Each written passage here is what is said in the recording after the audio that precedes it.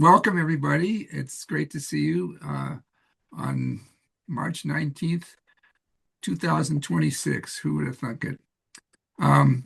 We've got Bill Scott with us tonight, and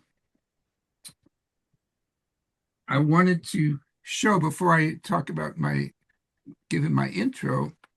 I looked at the profile book from 50th Reunion. Is that on backwards?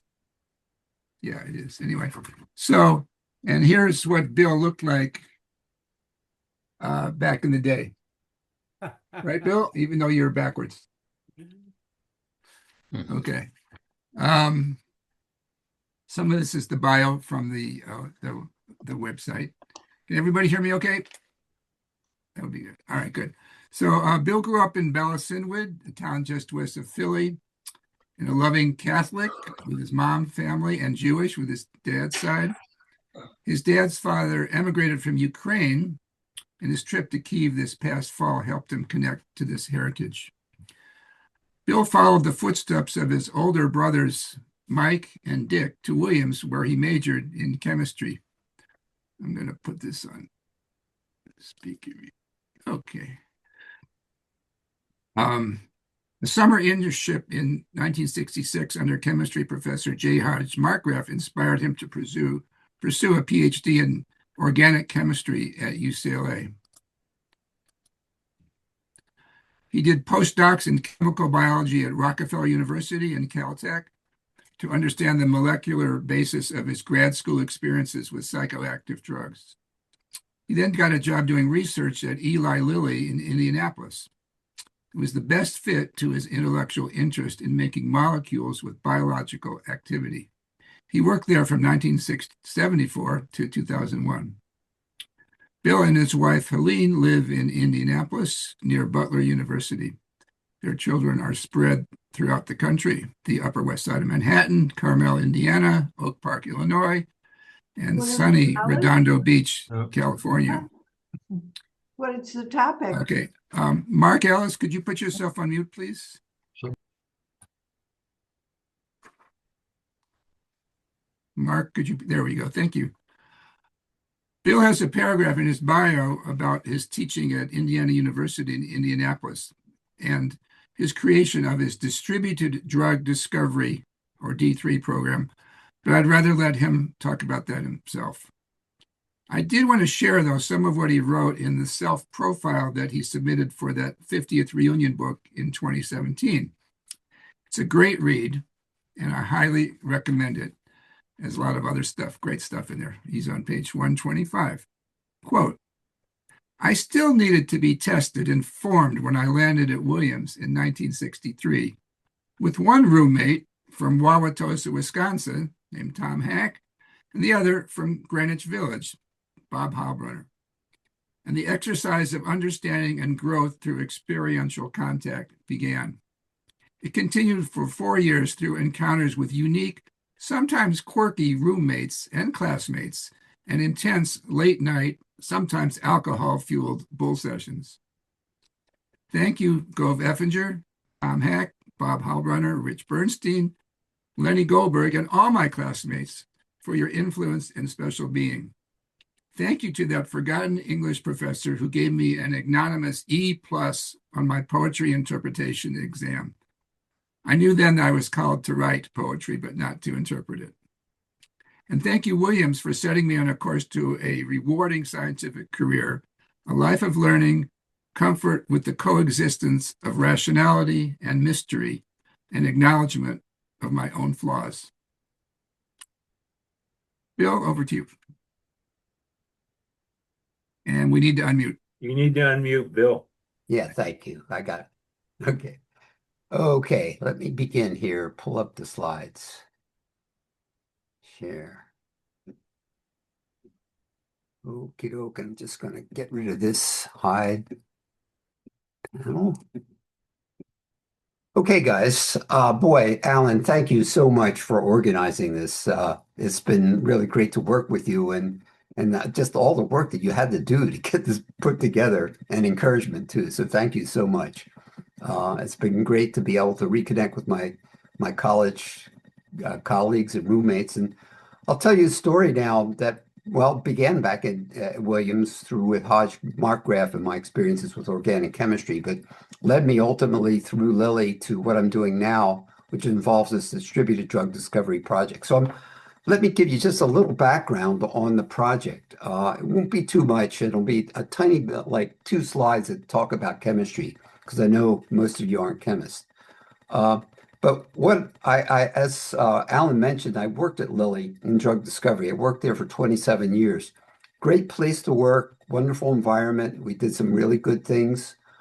Charged too much for some drugs, don't charge enough for others. But one of the things that haunted me when I was at Lilly was because of the profit-driven incentive of the industry. There were certain diseases that we didn't address.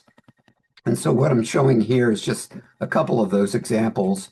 Trypanosomiasis is something that affects many people in the Southern Hemisphere, but there's very little research going on in industry because the people who are affected by the disease don't have the money to pay for the drugs that are going to be developed. A special case would be cystic fibrosis, where the people individually might have a reasonable amount of money, but as a collective group, it's not a large group. So again, there's not a big incentive for the kind of research that Lilly or Pfizer or Merck would do for like cancer or hypertension or depression and things that were Alzheimer's, things that we're familiar with. The last category, which certainly isn't neglected or just a third world disease, is SARS-CoV-2. And I put that in here because that became one of our targets in the distributed drug discovery program that I developed because of its immediate need that just popped up back in 2020. So where this begins, I've got kind of a pain in the neck bar on the top of this thing, so I'm going to hide that. Hide floating meeting. There we go. So back in 2001, my previous wife, Malgosia, was in her terminal stages of breast cancer. So I took leave. I took an early retirement from Lilly to be with her in her final days. She passed away in 2002. Now I'm at IUPUI, where I taught part-time, but now was a research professor full-time, and trying to figure out what I'm going to do with my life. And I was struggling with this idea that we didn't address a lot of really important diseases at Lilly. That was one thing. I was always interested in education. That was another thing. And then this happened. On February 1st, 2003, I opened up the paper and the shuttle Columbia had disintegrated on re-entry February 1st. And all these crew members were lost in that process. And that image on the front page of the Indianapolis Star turned out to be the inspiration for the project that I'll tell you about, distributed drug discovery. What struck me about this particular, let's see if we can move this here, about that picture was if you looked at the people, well, I'll go back just a second. If you looked at these individuals in today's world, we would say this is at least superficially judged as a heterogeneous group. But get rid of the superficiality and the color of the skin and the sex and the nationalities, but realize that each one of these people had very specialized abilities that they brought to bear in exploring outer space. So I looked at that and I said, boy, that's great. They bring together around the common goal of exploring outer space all these different expertises, which might have been siloed if we were in an academic institution. Now, in the drug discovery world, we also have a wonderful driving force for bringing together multiple disciplines. And I just show some of them here. Typically at Lilly, we have all these things going on to help us deal with the diseases that are going to make us a lot of money. But I thought, why not put at the center of this process, instead of drugs for diseases that make a profit, neglected and infectious disease drug discovery? And I could now bring this into, if I could bring it into an academic environment, I could unite disciplines that are normally siloed in academic institutions. In addition, accomplish education, deal with humanitarian concerns, and I've always been interested, and more so after I met Margaret. Margaret, who had passed away, was born in Lublin, Poland. You'll see how that became part of this project. She was born in Lublin, Poland, emigrated in her early 20s to the United States. So she became my first global cultural exchange and really became the beginning of my journey into other countries and other cultures.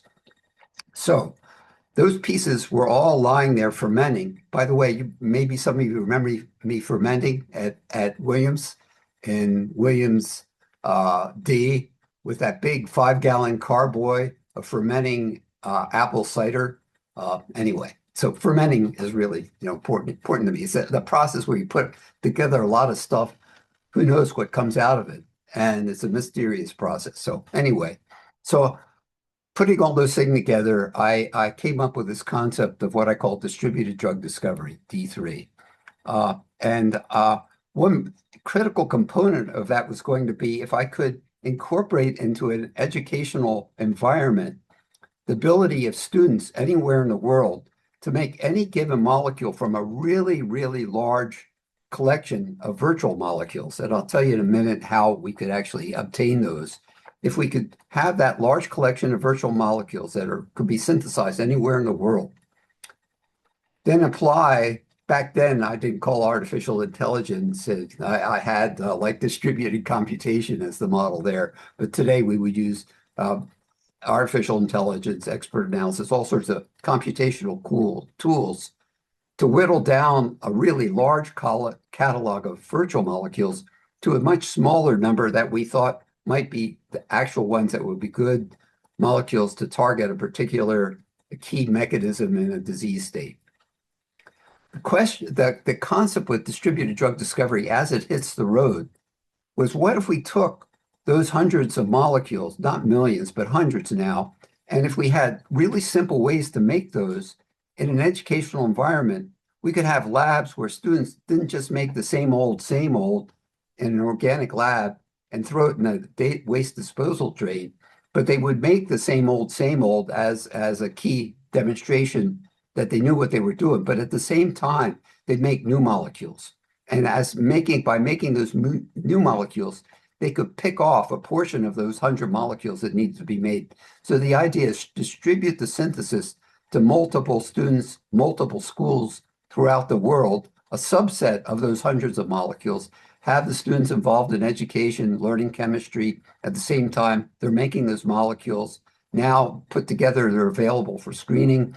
And now what if we enlist our biological colleagues to teach what they should be learning in biology, but have it applied to a very practical application? Example would be, I probably won't talk about it, but we've applied this to Pseudomonas aeruginosa, which is a really nasty bacteria for people who have cystic fibrosis. Well, what if we teach students in biology to look at the growth of Pseudomonas aeruginosa in their laboratories? At the same time, they're taking the molecules that the students in the chemistry labs have made and testing them. And they then become a distributed network for both synthesis and testing. So this is the one of two chemistry-related slides, but at pretty high level. So please be patient and follow through on this.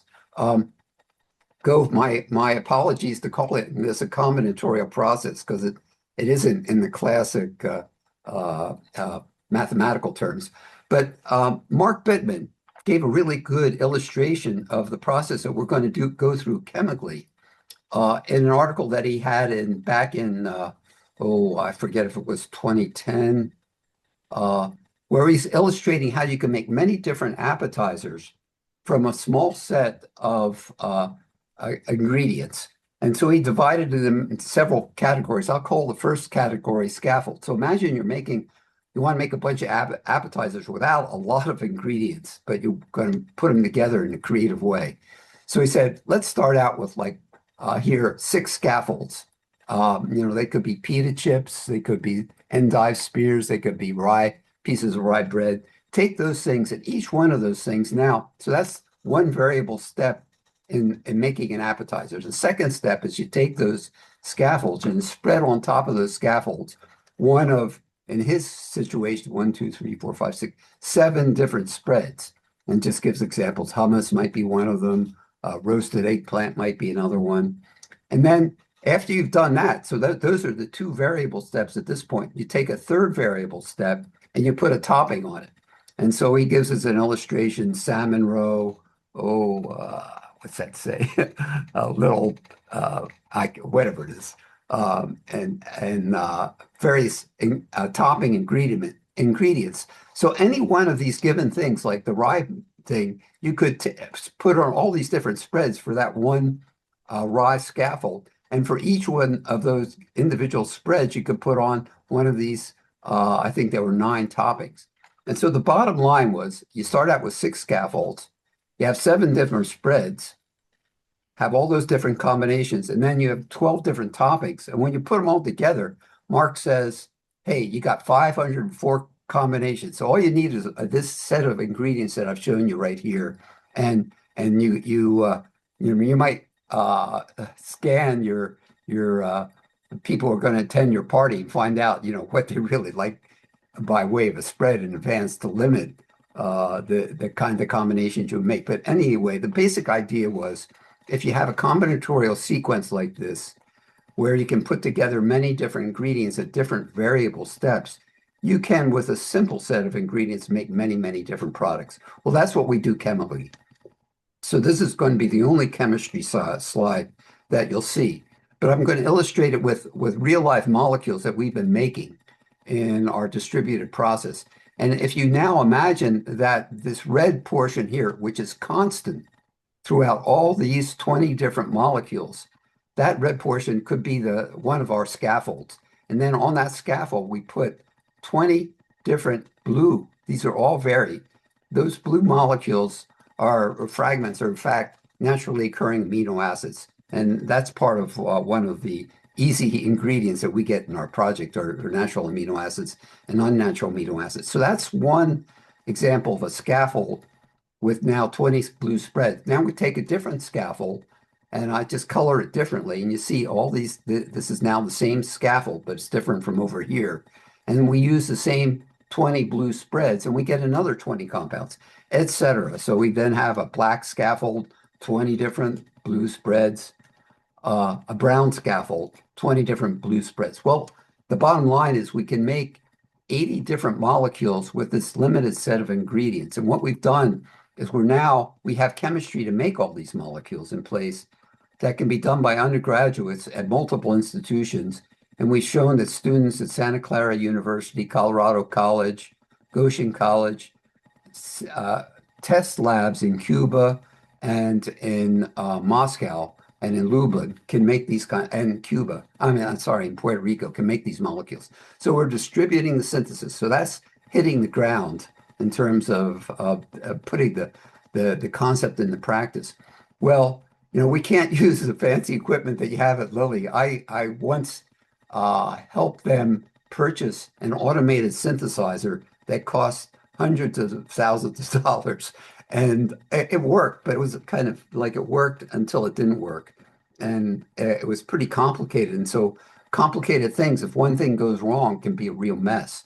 This is the simple equipment that our students use now at multiple sites across the world.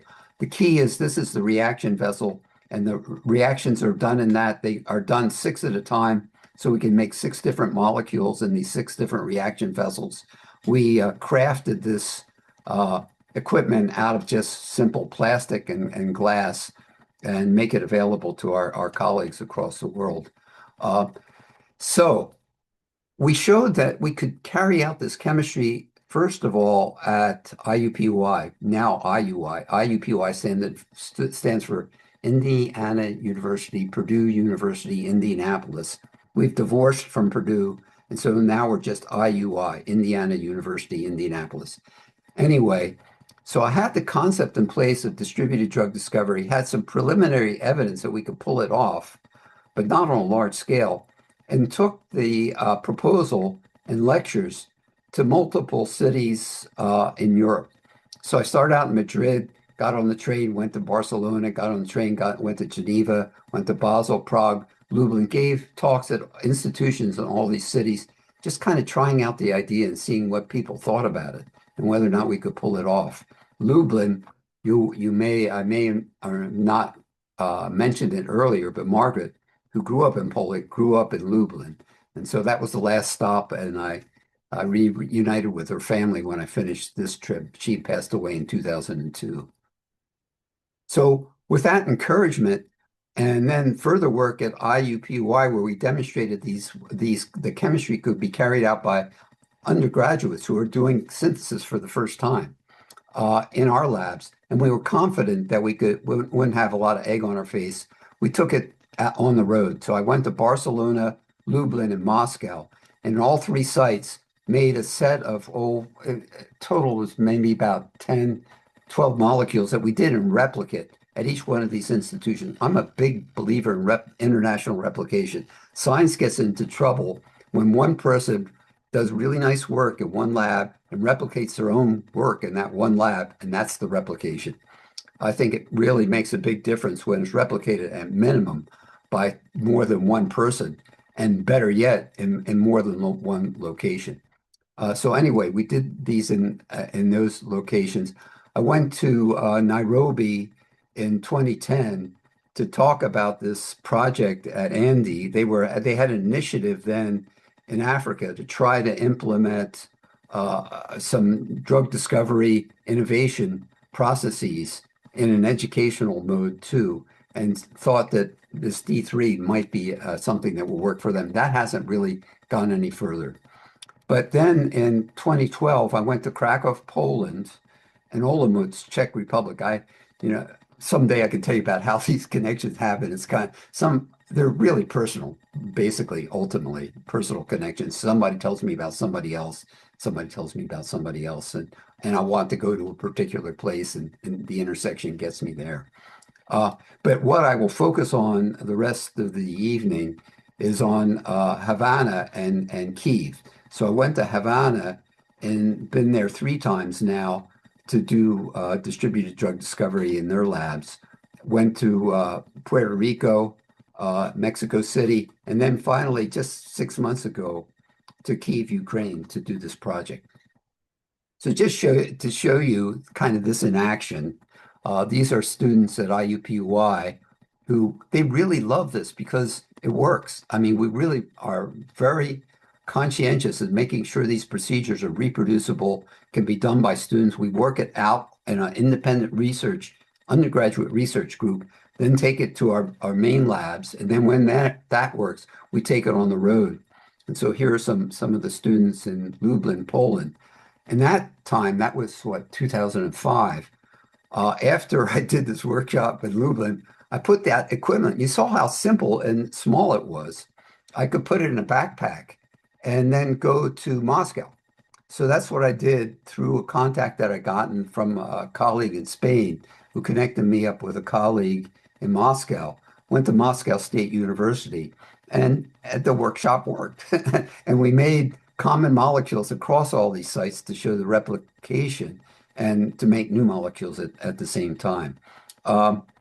I remember that flight from Lublin to Moscow. Actually, I think I went back from Lublin to Warsaw. But the Aeroflot plane went about halfway down the runway, came to a screeching halt, and they turned around and said, "Oh, we have to close the baggage door." And so they closed the baggage door, and we took off again. That was interesting. So anyway, Moscow was really intriguing. I wonder about these students. So this is now 20 years later. So these students are in their early 20s. Now they're in their early 40s.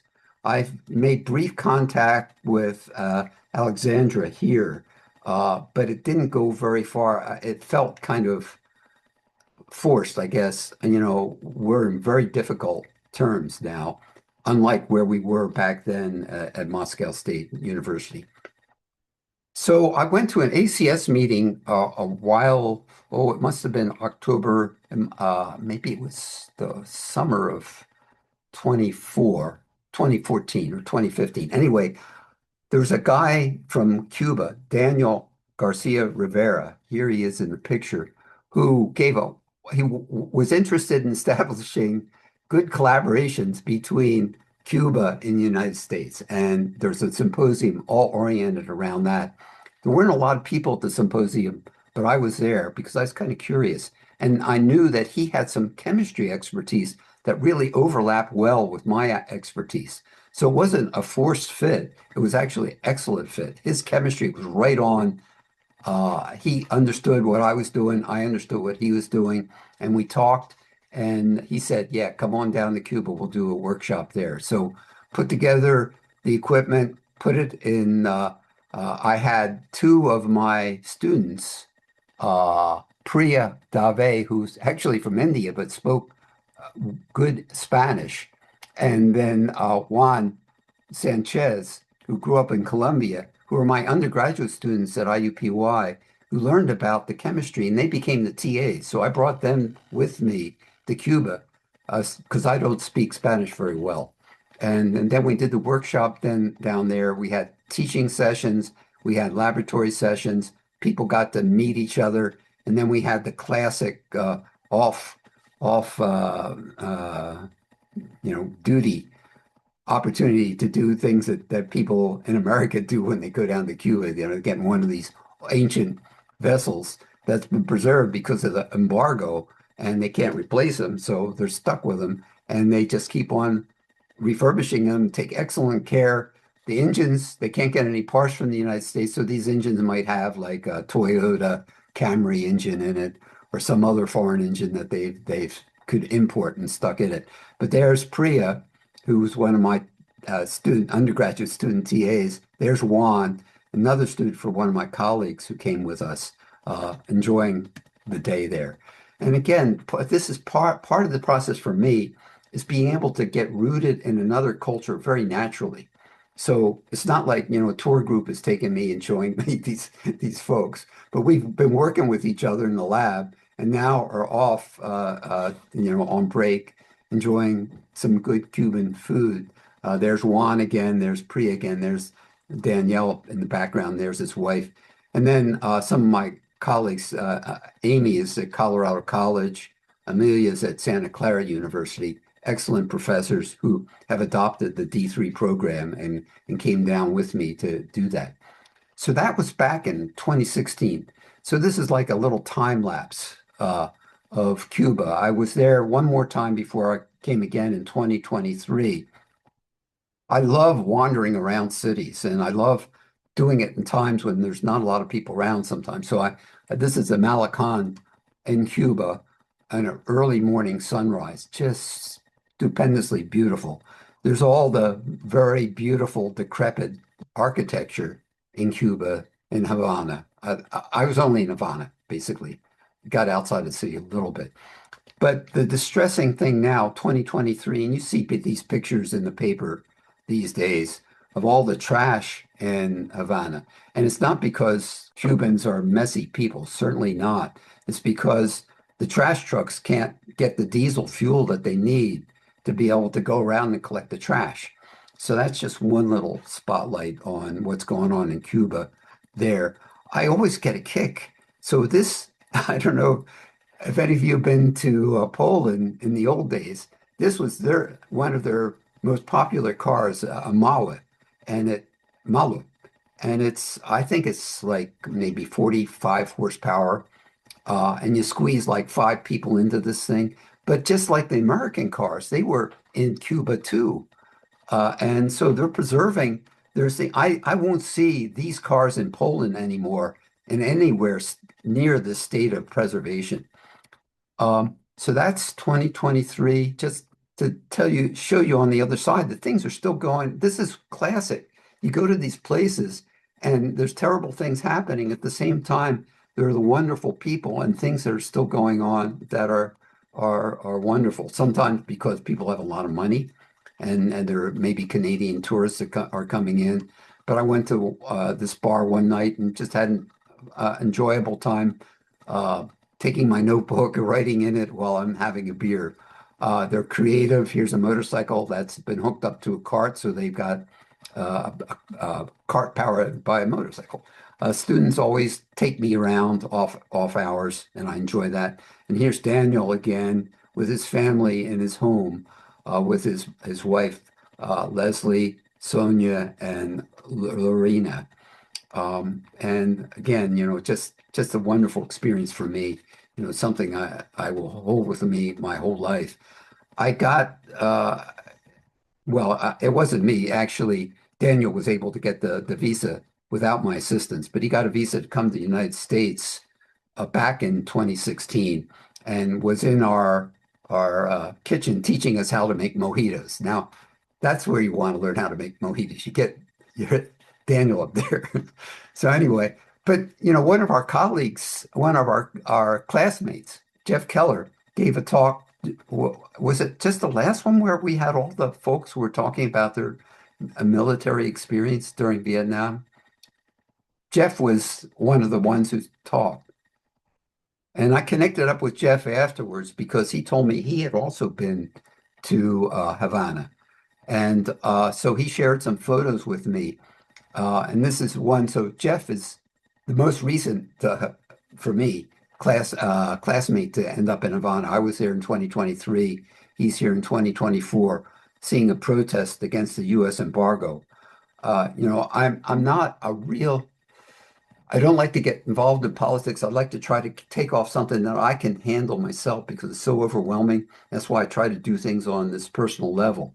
But I got to tell you, this embargo, it really bothers me because there's such goodwill in the Cubans that could be tapped into if we were more cooperative with them.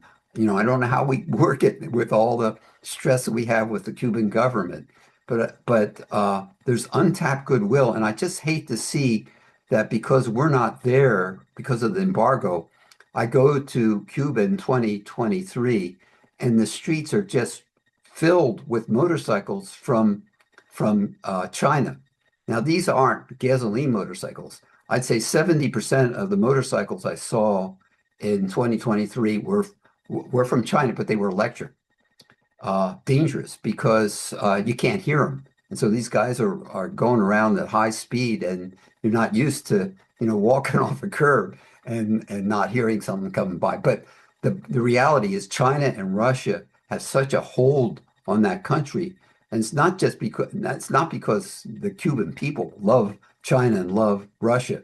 They love us in many ways, certainly at the individual level. And I just wish we could use that as a lever. So that's my politics for the night.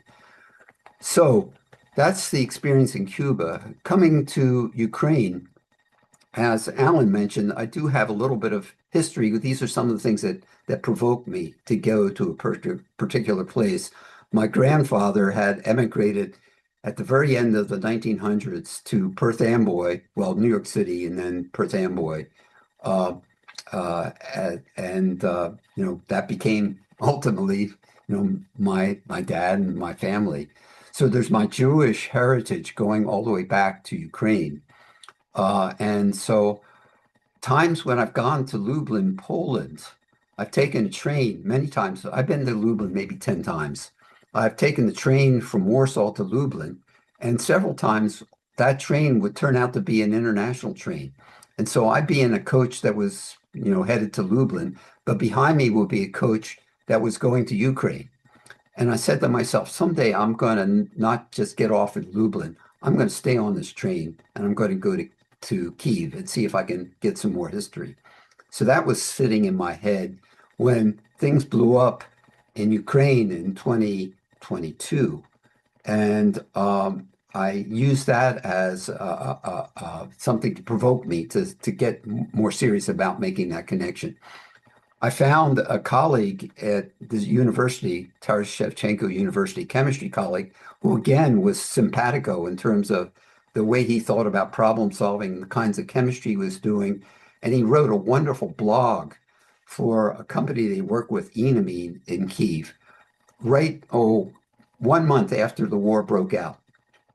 And it was very touching. And talking about, all this evil. He was trying to get out of Kyiv. He had his cat. The trains were a mess. Everybody was trying to get on. It was very moving. And so I reached out to him to see how I could help. And the only way I can help is from my expertise. So we talked about the chemistry, and he invited me to give several Zoom presentations to his students later that year, which I did, in spite of the fact that we were interrupted a number of times or they didn't take place and were postponed because of error alerts. So I started getting a sense of the reality there of living in Kyiv. So we finally, he said, "Okay, Bill, yeah, we're ready. Let's do a workshop." So that was set in place to take place this past September. So yeah, I flew into Warsaw. On the way from Warsaw to Kyiv, I went to visit Lublin to visit my niece, who met me first at the airport. And here's Ada with her two kids in just a coffee shop, pastry shop off the side of the train station. And unlike Indiana, which is very backwards transportation wise, in Warsaw, I could just go down without having made any advanced reservations and buy a ticket for like $13 for a 2 hour plus train ride in very modern equipment. By the way, I'm terrible at selfies. I've got to learn this, but my wife is trying to instruct me in different height. But anyway, so I go to Lublin, spend a few days there, just a quick few shots on Lublin. Lublin, why was I so hooked on Lublin? Lublin, before the Second World War, was about 40% Jewish, maybe 50% Catholic, and then another odds and ends. So here, embodied in a city, was in fact my history of my dad being Jewish and my mom being Catholic. And so they're just pieces that just felt right about Lublin. There are pieces that are very disturbing too. So here's the good stuff, just wonderful markets, open air markets. This was September, beautiful time of year. And then the old town of Lublin, which was mainly populated by Jewish people before the war. I'm just exiting that old part of the city, and I'm going through an archway to a castle there, a beautiful area. But as I'll talk about a little bit more, whenever I go to a new country, I have a kind of a lens that I put on. And one lens is the cemeteries. Another lens is the worship, what kind of religious happenings are going on. Another is jazz clubs. Another is public transportation, and then community gardens. Well, if you look in Lublin, there's a very upsetting and terrible history. So that, yeah, here's the downtown old square before the war. Here is just the cemetery with no stones in it because a lot of the stones have been removed by the Nazis, and just a few of these things are propped up before you go into the grounds that are sacred that way. But Majdanek is one of the concentration extermination camps that was only about 2 miles away from where my wife grew up. I can tell stories about that some other time. But it's not a well-known or publicized extermination camp. I've been on that property maybe 4 times since I've been back to Lublin. And sometimes I've been the only person on that property. This is just the crematorium. I've wandered unattended through the gas chambers. It's terrible, terrible, terrible. So I was preceded to Ukraine by Jeff again. So Jeff Kelleher was in Ukraine in 2023. He told me he has a real curiosity and a wanderlust spirit that has taken him to these places. So here he was in Ukraine shortly after Russia invaded in 2022, looking at one of the bridges that the Ukrainians destroyed to prevent the Russians from getting in. They're just right on the border. This is really close to Kyiv, but they got stopped. And then here's another picture that Jeff sent me that I could show you of his experience of the war. So I'm in Lublin, Poland. I got there from Warsaw and visited Margaret's family again, then got on the train. And the train, I had a sleeping compartment for 3 people. And here are my cabin mates, Sasha and Sasha. Everybody's Alexander or Sasha. as far as I can tell. And me with my awkward selfie. But they were uh, this Alexander's on his way back from Germany, where he'd been on leave, and he's going to be going up to the front right after he gets off the train in Kyiv.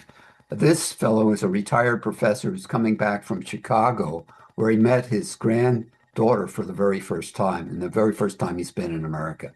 He spoke some reasonable English, so helped translate between us, and I got to hear some stories there. Through the night, we go across into the border into Ukraine, and this is interesting. You know, Ukraine has a different gauge for its tracks. The track distance for the wheels in Ukraine is from here to here. The track distance in Poland is from here to here. So you have two gauges of tracks in this transition point between Poland and Ukraine.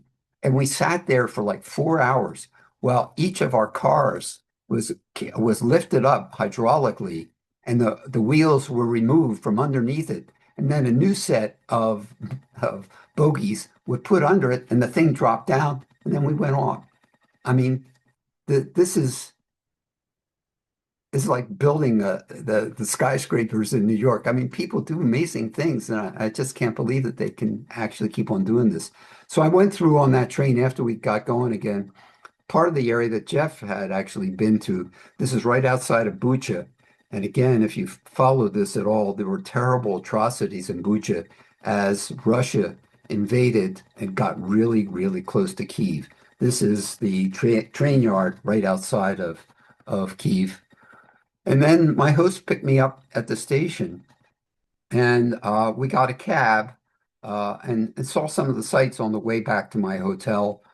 This is a center for performing arts, which I go to at one point on R&R with Olga, my host. This is the university that I'll be teaching at and conducting labs. This is the bomb shelter in the hotel, that pretty fancy bomb shelter, you know. I picked this hotel because I was concerned for sure, but not my parents, my wife, my brothers and sister, my rest of the family, kids, everybody was really upset that I was going to Ukraine. So I wanted to do everything I could do to reassure them that I would be safe. So I got a hotel, a nice hotel. It was like $120 a night, and it had this shelter right in the basement. So that was one point. So here we go back to a Williams classmate connection, and Alan will know this well. So here's a picture that I dug up after I talked to Alan about his experiences. I found this picture on a square really near my hotel of this building that I'd gone by, which I really hadn't paid much attention to.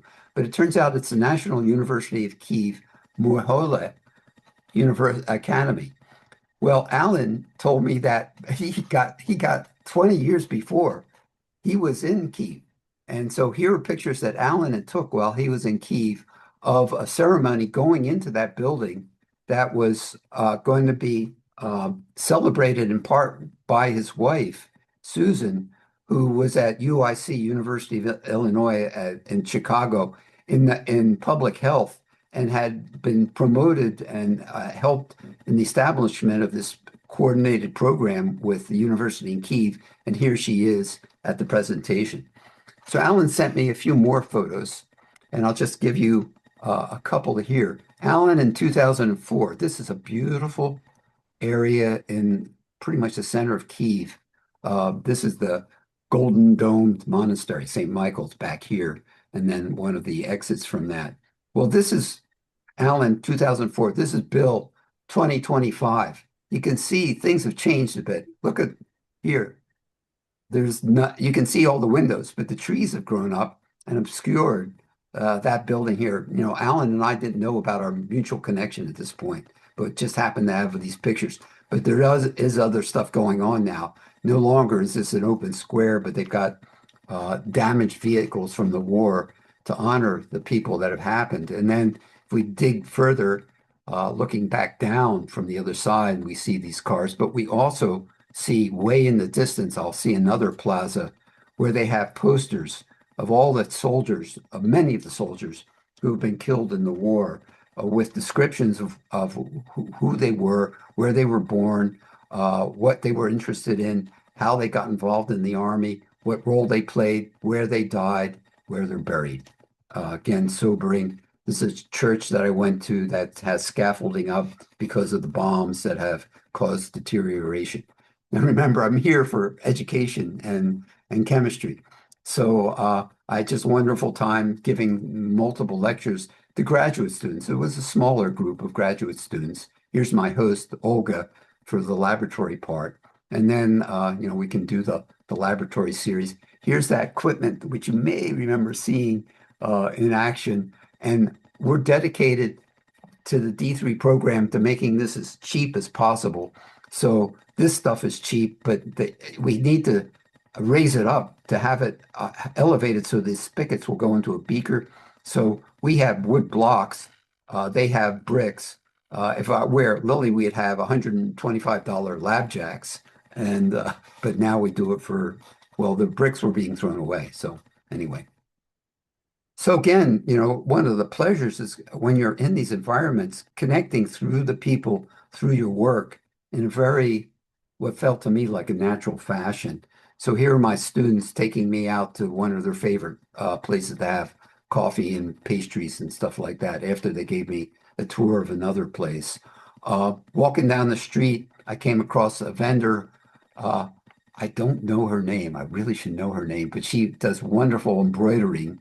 I had been encouraged by people back in the States to get something embroidered because that's something they do really well in Ukraine. And I really hit the jackpot with my wife by buying one of these dresses.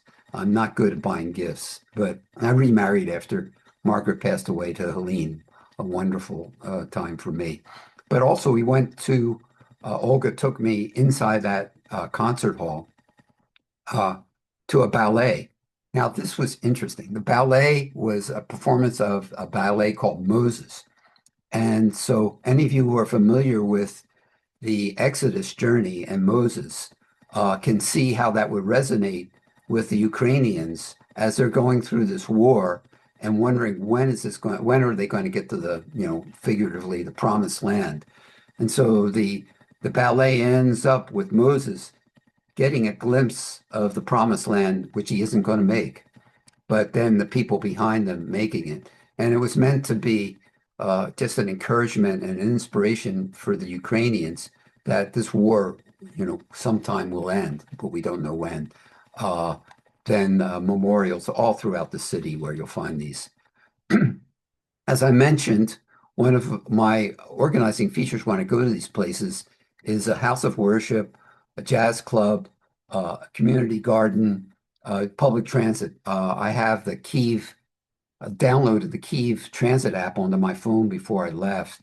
And for 18 cents, I can just double click on my Apple Pay and get a QR code that gets me into the subway. And I mastered that subway system, which turned out to be a blessing on the last day because I might not be back here as soon as I was if I hadn't done that.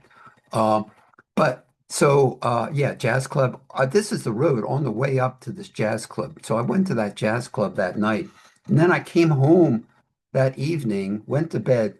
Meanwhile, all the time, I'm ignoring the air alerts. There might be 2 or sometimes 3 air alerts a day. Nobody else, for the most part, unless they were by regulation in the business required to go to the shelter, was going actively to a lot of these shelters. I mean, you can't lead your life that way. So I came home, and that's when the experience of the war really came home. So I came home that night, and air alert went off at about 3 o'clock in the morning. I woke up. I said, okay, well, there's another one. I turned around in bed, started going back to sleep. And then about 30 minutes later, I hear this sound of the engine, which is notorious on these Shahed 136 drones. It's about 50 horsepower. It's basically, a motorcycle engine, a high powered, it's about 50 horsepower. But they make this sound. So I heard that sound, and then, which woke me up. And then I hear boom, boom, boom, boom, boom, boom, boom, boom, boom.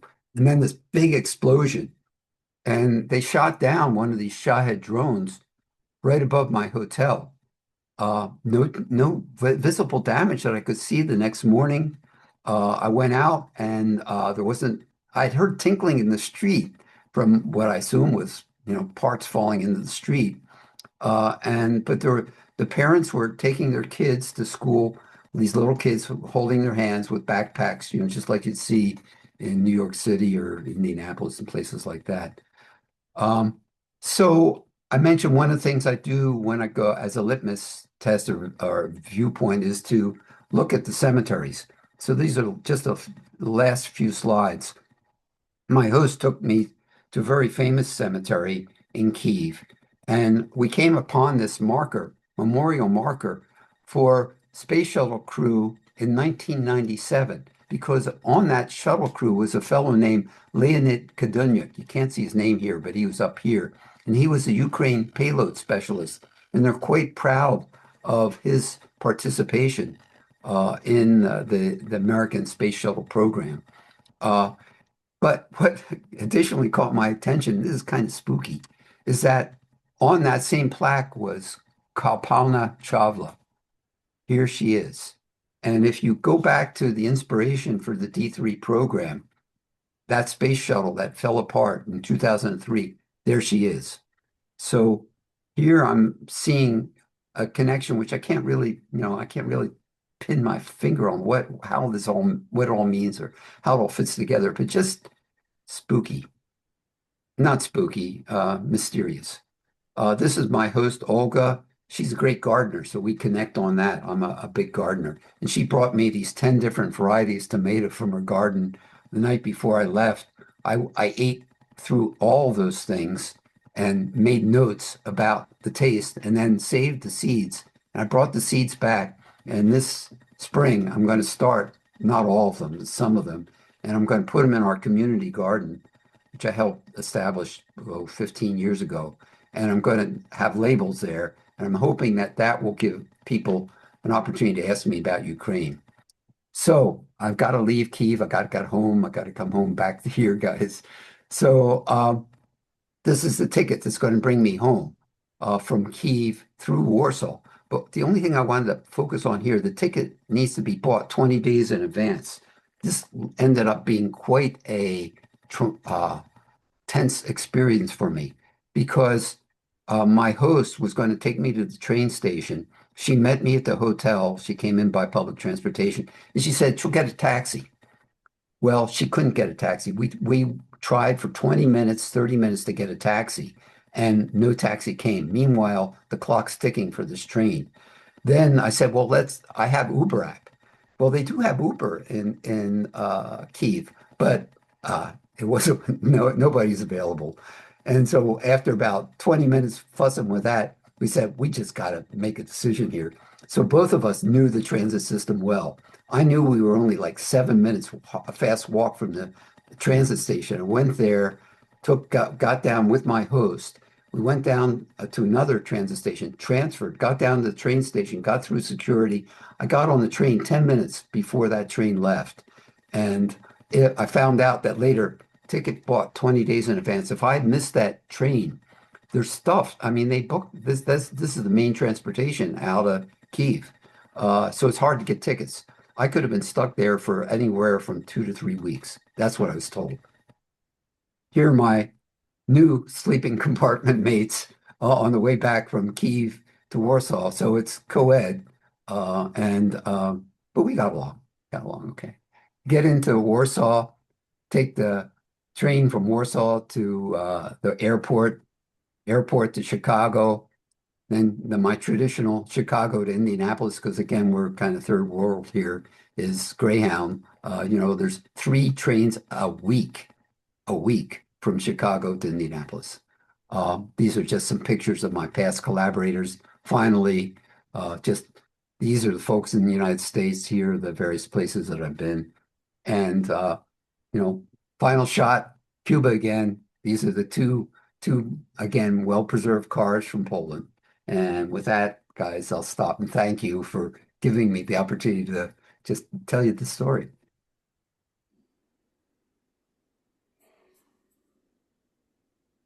Thank you, Bill. That was wonderful, wonderful. I see sounds of a lot of muted clapping. That was wonderful.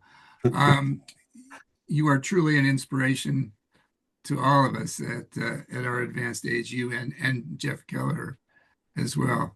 I wanted to show you one thing, then we'll go to Q&A for questions that I brought back.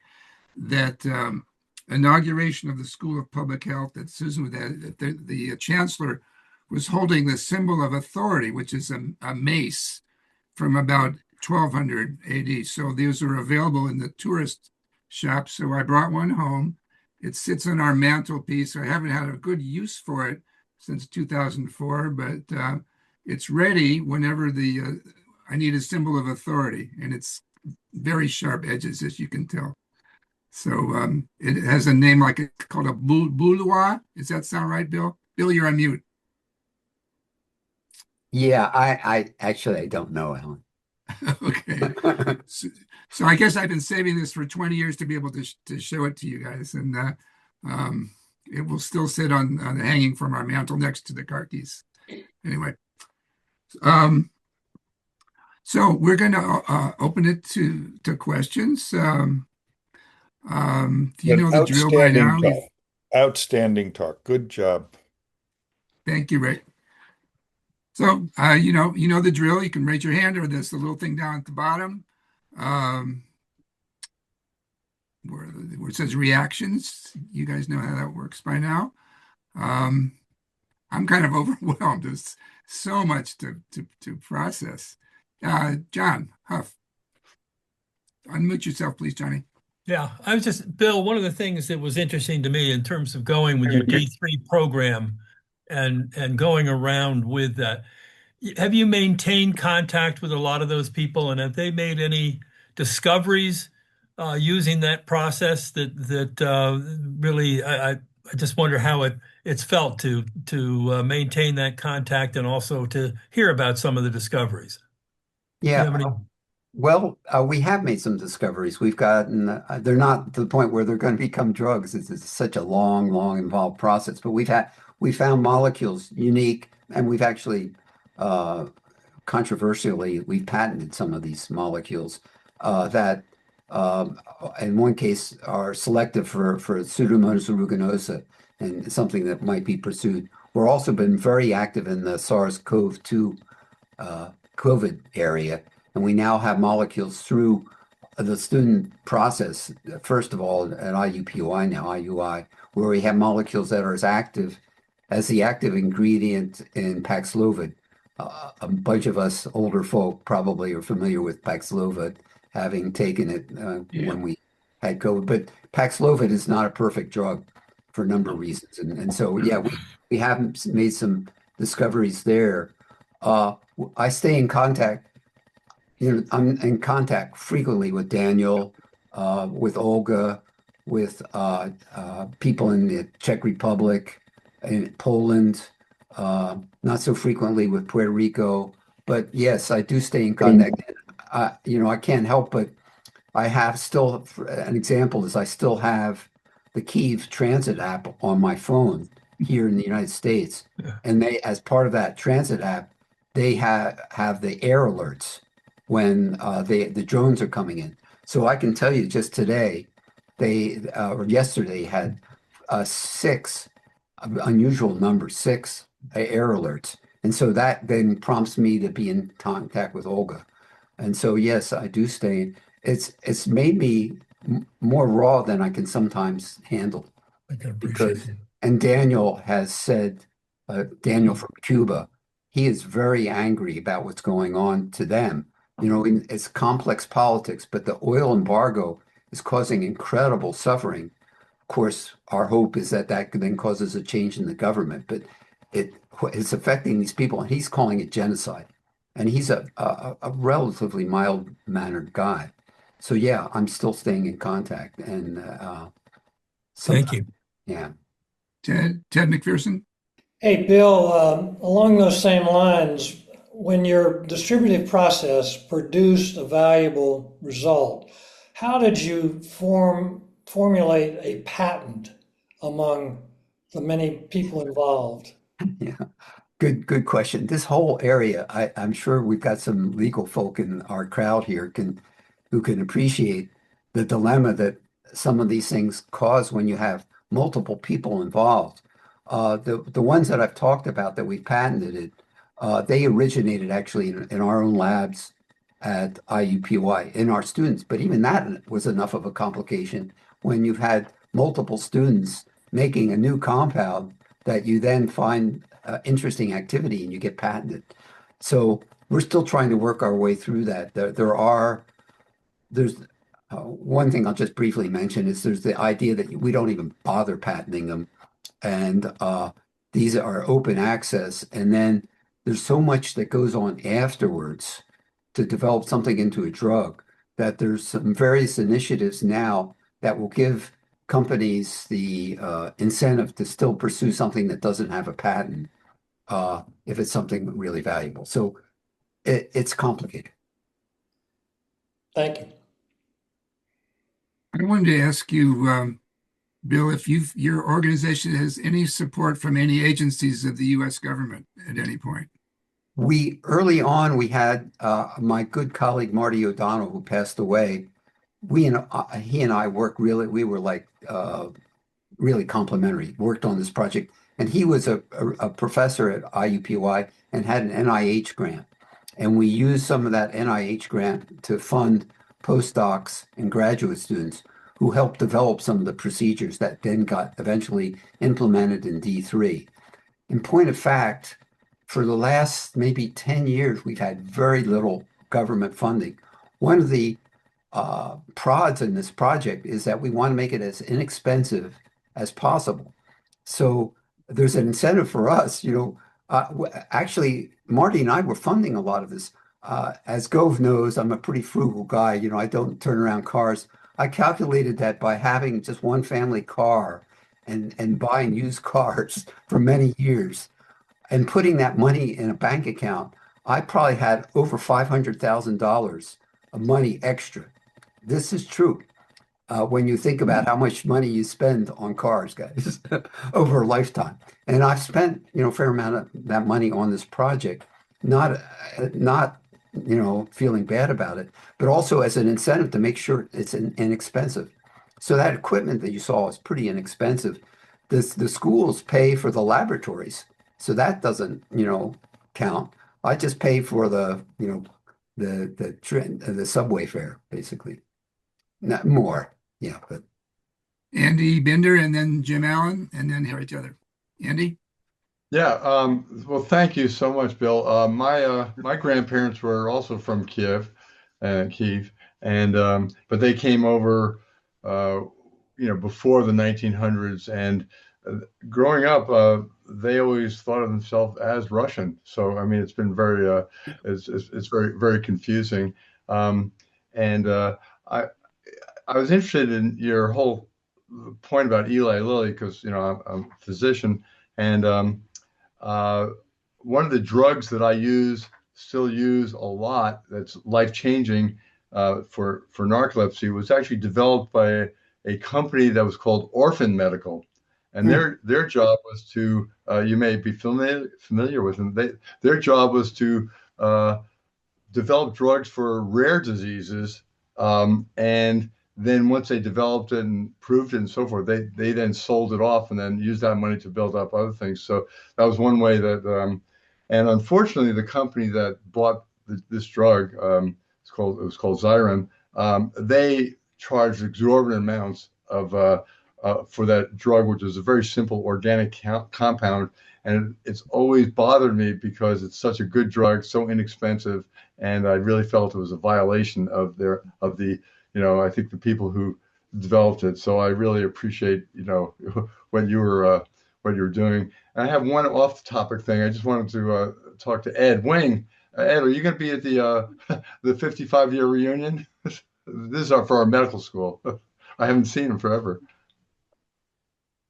You're muted. You're muted. Yeah, I think so.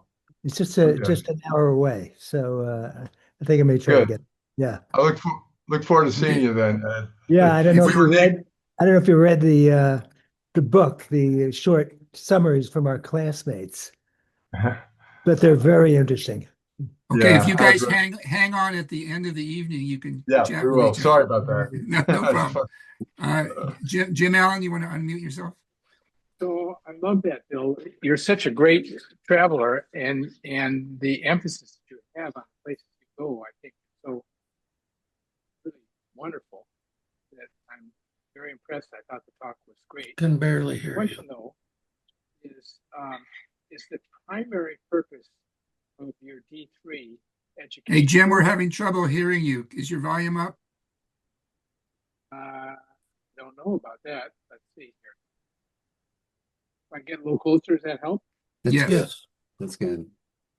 Was it primary purpose educational, or is it scientific to further advance drugs for humanity, or is it to develop international fellowship? Well, I'd like it to be mutual, all three. And so I hate to have to separate those. But Jim, this has become a real problem when it comes to publication. So we submit these articles on D3 and we submit it, we like to think pretty high class research work. And so we might submit this article to a research-based publication and they come back and they say, oh, well, this is education. So you should submit it to an educational journal. We submit it to the educational journal. They say, this is just thinly disguised research as education. So there's a mindset there that doesn't appreciate that you can actually accomplish these things simultaneously. So that's really in my heart, is that not to separate them. Very, very nice. Thank you so much for that. Gary Tether? Bill, I love your curiosity to go to these unique places. A question both to Kyiv and to Cuba. How difficult was it to get a visa, or was it because of your educational entree that you were able to go in? Yeah, the Cuba was the educational piece. There are some pretty strict rules on, depending on what time we're talking about. I mean, there was a brief moment there when Obama relaxed some of the restrictions. But for the most part, for 2 out of the 3 times, I had to check a whole bunch of boxes, and they involved the educational aspects primarily. Tourism was not part of getting, but getting the actual visa from Cuba, it was at the airport. I go to the airport and I go to a special booth and fill out some stuff, and made me a little nervous because I didn't have it in advance. And then Ukraine, you can get in. You don't need a visa for American citizens. Didn't need a visa. I didn't have to go through any regulations. I always get nervous on these trains crossing international borders when they take your passports and go off somewhere and do whatever they're going to do with that. And it's like, am I ever going to see that again? But yeah, no. My main fear was I've become dependent on an iPhone. And what if I lost my iPhone and all the information that's stored there?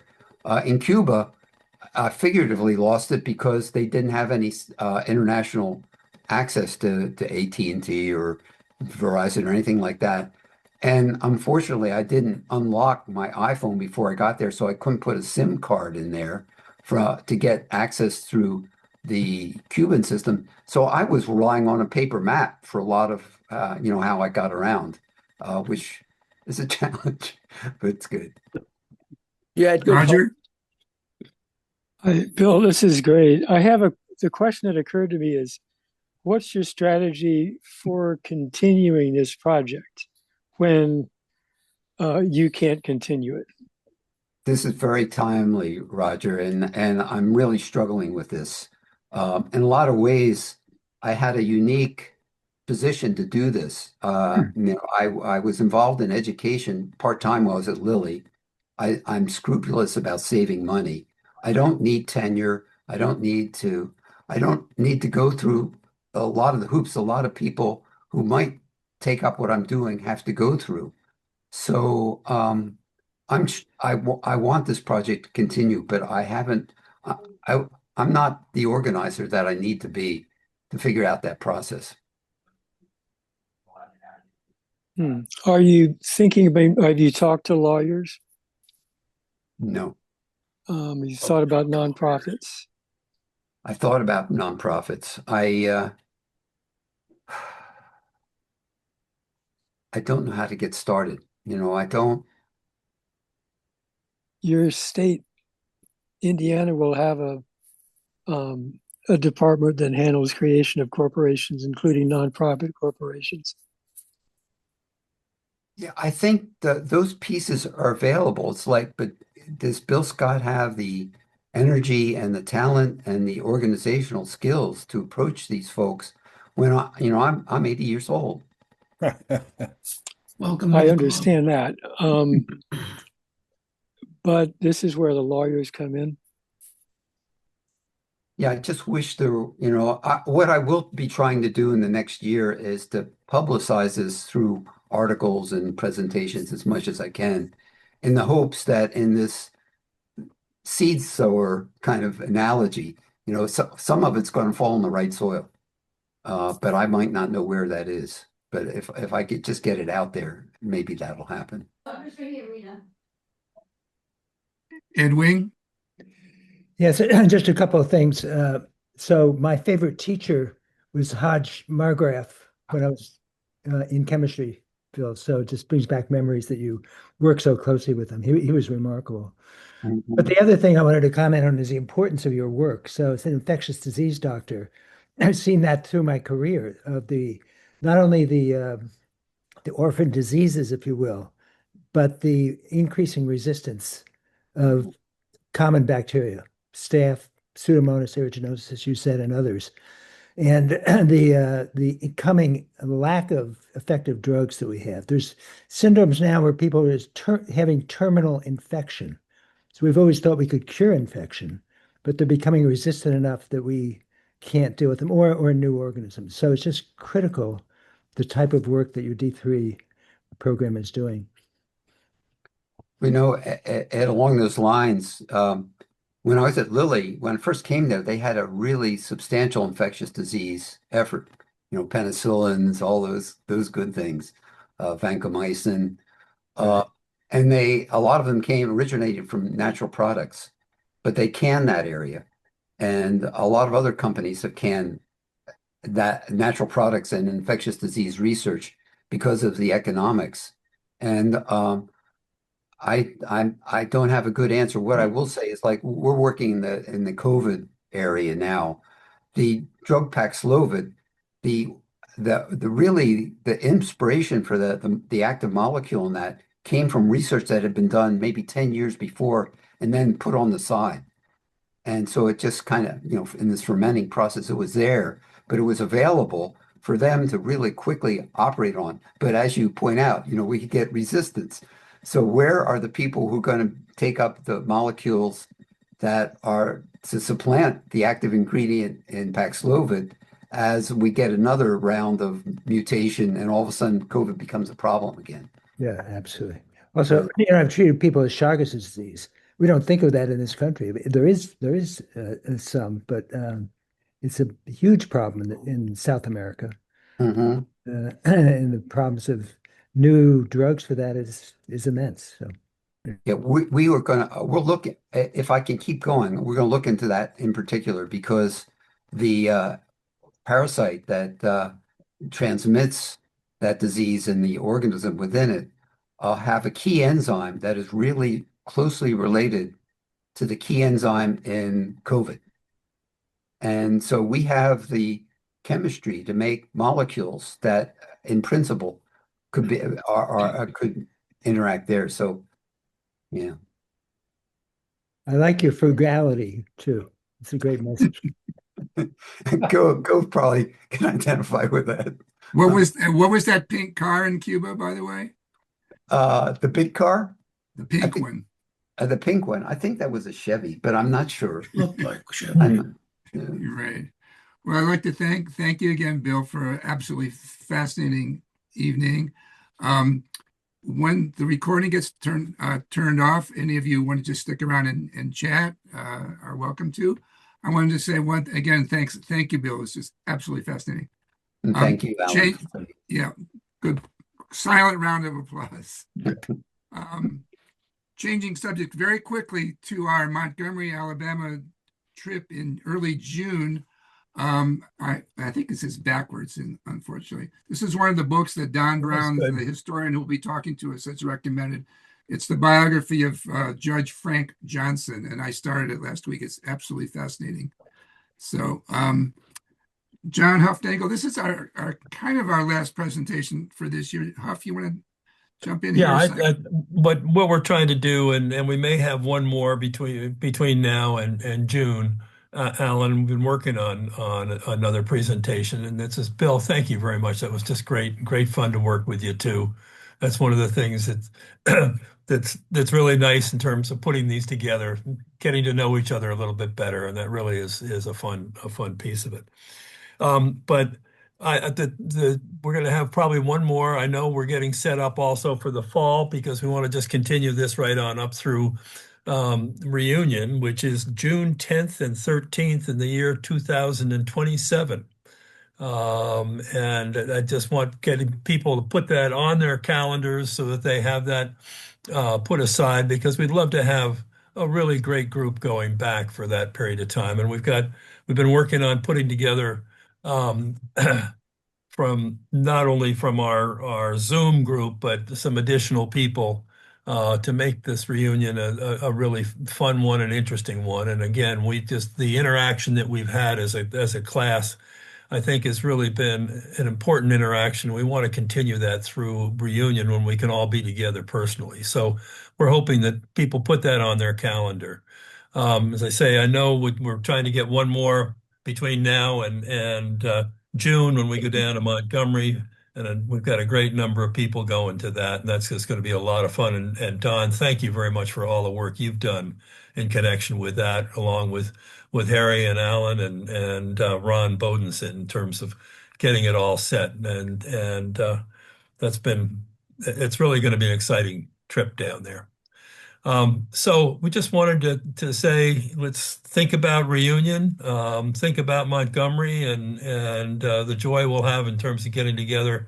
And we want to continue this whole process right into reunion time, because one of the things that I think many of us have felt is that we've had an opportunity to know each other a lot better at this time in life. And I think the group has really just added an awful lot I know it's added a lot to my life, and it's added a lot to all of us just to get to know one another and also to share the experiences that so many of us have had, and life experiences. One of the things that I've seen is a great deal of compassion and also a great deal of community service from our class. And that's really just a wonderful thing to see in life. I know we had our 50th reunion, we had a survey, and 96% of our class said that they were happy and led satisfying lives. I think one of the reasons is because all the giving that people have done to others. So we want to continue the process. We'll be in touch with you. And as I say, mark your calendars for reunion. Great. I'm going to stop the recording now, but anybody who wants to hang on and chat, stick around. It's great to see you all. Sure is.